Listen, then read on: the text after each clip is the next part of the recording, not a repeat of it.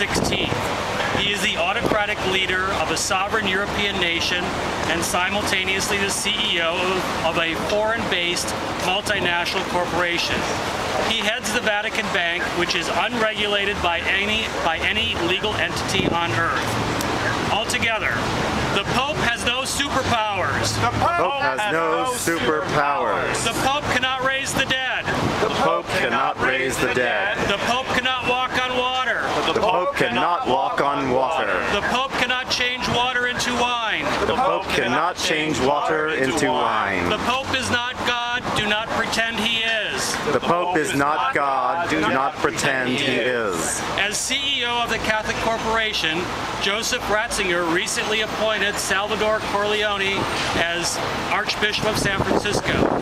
It's common knowledge that Cordileone was chosen for the job because of his blatantly anti-gay stance as the Godfather of Proposition 8, an expensive, frivolous, hate-based, lie-filled, illogical, and ultimately unconstitutional example of institutional bullies flexing their financial muscles. Due to Salvatore Cordileone's meddling in California state politics, both sides of the Proposition 8 battle spent a combined total of $83 million for a proposition that changed existing state law, has been deemed unconstitutional by the courts, and left legally married couples in limbo for the past 4 years. The Huffington Post said Cordileone made headlines in 2008 when he helped draft Proposition 8, calling same-sex marriage a plot by the evil one to destroy the world. Who is this evil one, and what plot is he referring to? That statement clearly shows Cordileone is paranoid and delusional.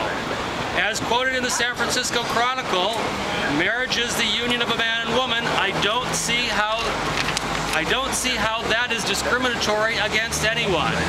If the Archbishop cannot see how that's discriminatory, then it is our job to inform him of basic secular rights that should be enjoyed by all Americans.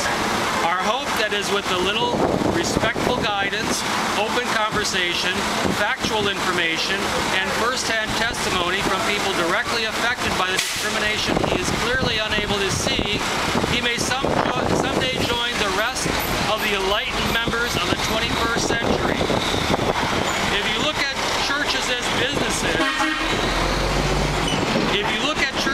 businesses, which in essence they are, businesses are allowed to make their own company policies aimed at their own employees and customers. As a company policy, restaurants are allowed to enforce a dress code for the employees and sometimes for customers. However, if that company felt their dress code policy should be imposed as state law that would affect everyone, whether they're customers or not, wouldn't that be considered frivolous and discriminatory? Like any multinational company, the Catholic Corporation hires, fires, promotes, and demotes its employees at will. The installation of Salvatore Cordileone as Archbishop of San Francisco is the equivalent to any other multinational corporation promoting a rising corporate star to the position of district manager. When Starbucks promotes a favorite employee to district manager, does the media cover that event? No. When McDonald's names a new district manager of local franchises, is that considered news? No.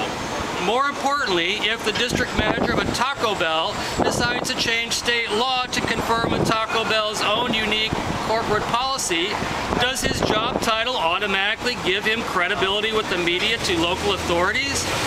The Sisters of Perpetual Indulgence Incorporated will not allow company policy of the Catholic Corporation to become the law of the land.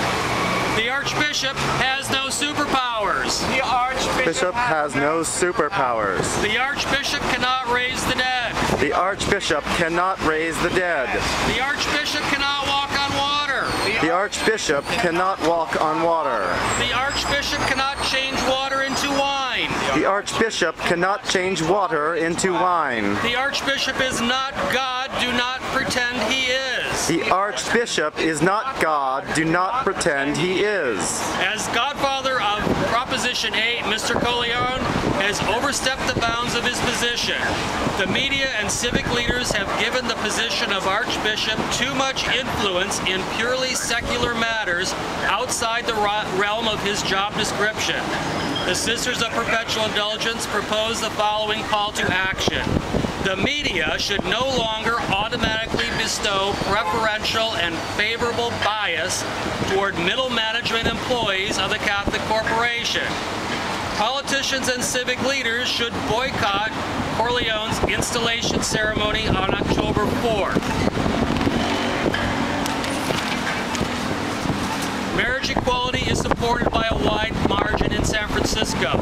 Choosing a homophobic archbishop to represent the Catholic Corporation's interests in the Bay Area proves that the Vatican, a foreign-based multinational corporation, is out of touch with San Francisco values.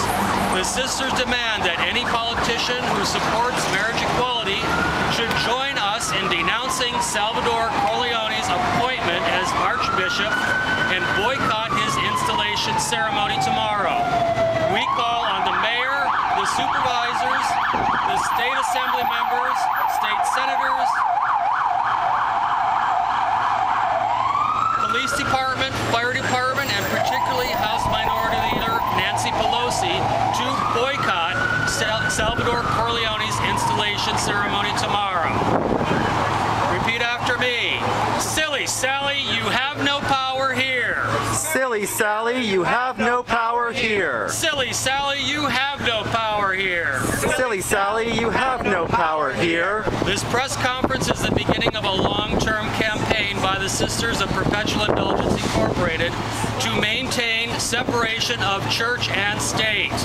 We affirm that religion of any kind is a personal choice and does not belong in the voting booth.